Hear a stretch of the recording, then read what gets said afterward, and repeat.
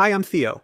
If you've ever wanted a nativity scene that will fit on a really narrow mantel or shelf, this video will help you. I built this nativity stable only 3 inches deep to fit on my narrow 6-inch mantelpiece, and I'm going to show you every measurement and angle so you can make one yourself. The depth is 3 inches, the length is 20.5 inches, the height is 19 inches. This picture shows how the front is comprised of 4 posts that are 3/4 of an inch wide, which divide the stable into 3 sections. The 2 side sections are each 5.5 inches wide, and the space in the middle is 6.5 inches wide. This picture shows how the ox, the donkey, and the Holy Family fit snugly in each space. The 2 center posts are 13.5 inches high, topped with a cross beam that's 3/4 of an inch high and 10 inches long on the longer bottom side, since the ends are cut at 45-degree angles.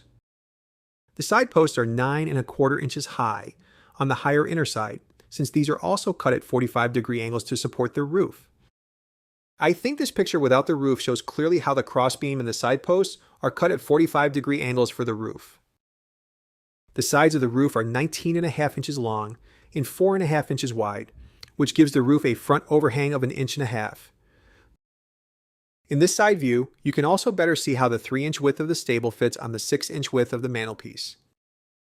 These 2 sections are haylofts. They're 5.25 inches up from the bottom. The last thing I'll talk about is the sheep pen on the side. It's 5.25 inches wide, 6.25 inches high at the higher end, and 3 inches wide. The roof is 6 3/4 long by 3 inches wide, with an angle of 25 degrees.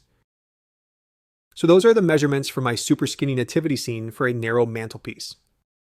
Here's a few more pictures. I hope you found this video useful. If so, you might want to check out my playlist of other nativity scene tutorial videos, which I'll link to in the end screen. And if you're like me and you like to listen to Christmas music while you work on your nativity scene, might I suggest my Cozy Christmas Eve playlist? It has some nice versions of traditional Christmas carols. You might like it. Anyway, thanks for watching, and have fun with your own projects.